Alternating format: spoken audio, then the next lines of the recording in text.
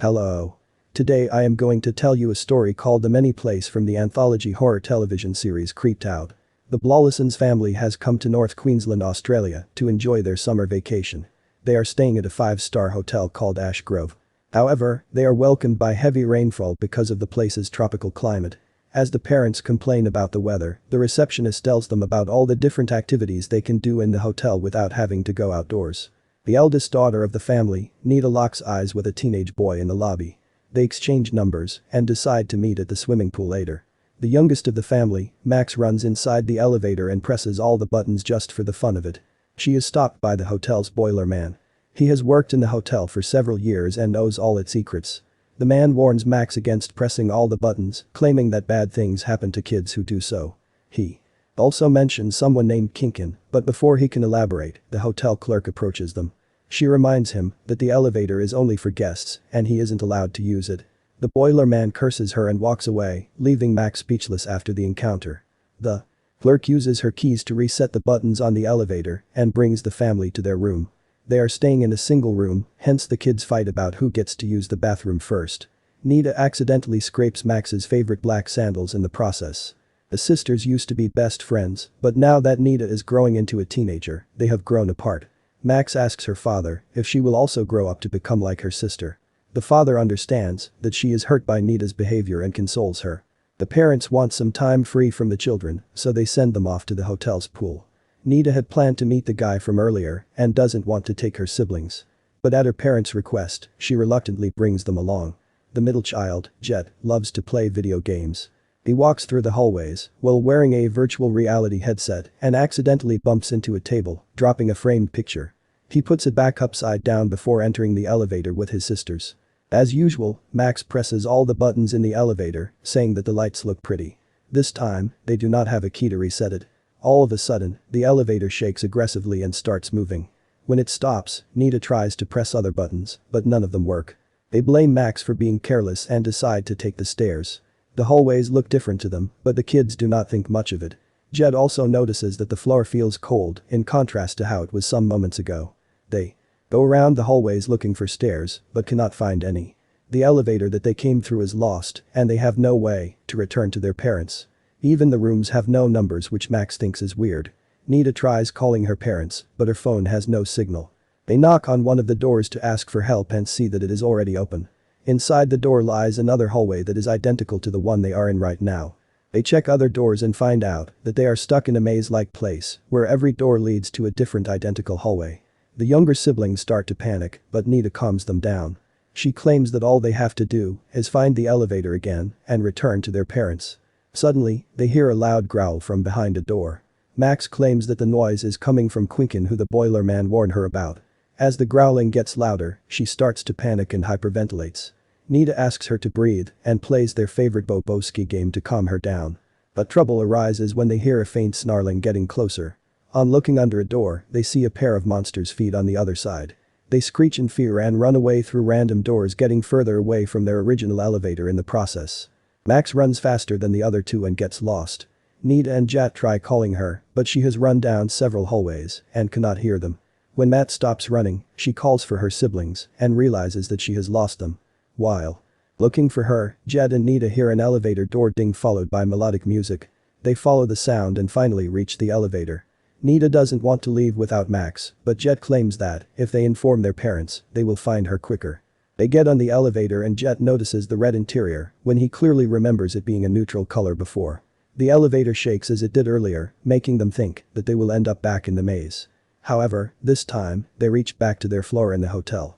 When they pass the hallway, we notice that the framed picture that was upside down earlier is now in its correct position. Nita uses the keys to open the door to their room. However, they are met with a surprise when they see two strangers inside. When asked what they are doing there, the strangers claim that they have been in the room for a week. The kids then go to the reception and inquire about their parents. The clerk, who checked them in only a few hours ago, claims that no one of the names are staying at the hotel. The boiler man overhears their conversation and seems to know the truth about the maze. Back in the hallways, Max is trying to look for her siblings. She hears a roar and curls up on the floor crying in fear. Suddenly, someone runs towards her. On looking at the person's face, Max freezes in shock. Somewhere else, Nita and Jet are confused out of their minds.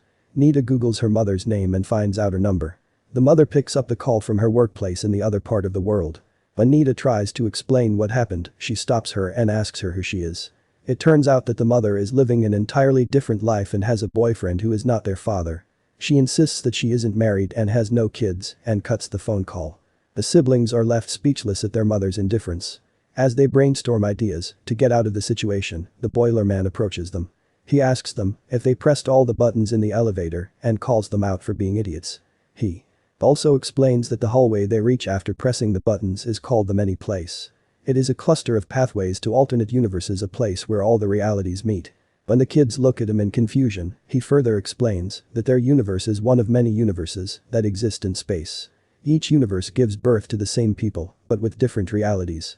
Like their mother who is married and has children in one reality, as a working woman with a boyfriend in another. The many place looks like a maze at first glance, but the doors aren't as random as they seem. Each door leads them closer to an elevator that is the path to an alternate reality. There are a billion of them and hence, to find the one they came from will need a lot of work. He suggests they retrace their steps through the doors and find the original elevator that they came from. At last, he also warns them that looking for the original elevator is not that easy as he has never met someone who found their way back after getting lost. Jet looks outside the window and sees flying cars that are considered usual in this reality. The brother and sister go back to the elevator when the boiler man stops them. He adds that the many place was built as a way to punish the humans who have committed unfathomable crimes. The place they are going to has a cruel creature who eats the lost people. Hence, the children should be careful if they want to safely reach their original elevator. Following the encounter, they press all the buttons and end up back in the many place. After looking around for more than an hour, they finally find another lift. However, on reaching the hotel, they immediately find out that they are not in their original reality. The place is filled with smoke and the sound of missiles launching can be heard from outside. It is clear that in this reality, the world is at war. They return to the many place and start looking for another elevator. After a few more hours they finally find another one, but it is filled with water, denoting that the world is underwater in that reality. On their third elevator ride, they reach an abandoned hotel and lose hope of finding their original reality. Nita breaks down crying, realizing that she will never meet her parents and her sister. When Jet tries to comfort her, she tells him that they cannot go down billions of different elevators. Jet, on the other hand, asks her to get it together because she is supposed to be an adult. With renewed motivation they collect things they might need to navigate through the maze. They decide that finding Max is more important than finding their original reality because she might be scared and lonely. Nita gets a horn, some pencils, and a stick to fight the creature they had seen earlier. Following that, they enter the many place and mark all the doors that they walk through. They call Max using the horn and quickly cross many hallways. But even after hours of searching, they do not find her. All of a sudden, they hear Max's voice calling them. She is just around the corner, but she asks them to not come near her. When the siblings throw several questions at her, she asks them to just trust her. She also urges them to keep their eyes closed at all costs because she has someone else with her who is helping her navigate. When they are finally face to face, Max reveals that the creature behind her is Quinkin, the monster that Boiler had warned them about. Quinkin cannot help but eat the eyes of people who look at him, hence they should keep their eyes closed. Apart from that, he is a gentle creature who has lived in many places his entire life. He knows every corner of the place and wants to help them get back to their original reality. Max and Nita hug while still keeping their eyes closed. They trust Quinkin and hold his hand. After that, they slowly make their way to the elevator and start it. As the doors close, they open their eyes and get a glimpse of Quinkin's gruesome face. Thankfully, the doors shut before he can attack and the kids are brought back to their original reality. They see that the framed picture is upside down and finally sigh of relief. While walking back to the room, Nita asks Max how she found out that they should close their eyes. Max mentions the boiler man and says that he is blind. Nita stops her and inquires what that means. Then, she notices that Max isn't wearing her favorite black sandals that she was wearing when they first entered the elevator. Max also mentions their grandmother and claims that she is dead. Soon, Nita realizes that they picked up Max from a different reality who was lost in the maze as them. She is not the girl they grew up with, but is from a parallel universe. When they reach their room, the group is beyond surprised to see that the real Max is already there. She is trying to explain everything to her parents who clearly don't believe her. That is until they get a look at their daughter's doppelganger and freeze in shock. The story ends as the real Max begs her parents to keep the other Max as their fourth daughter.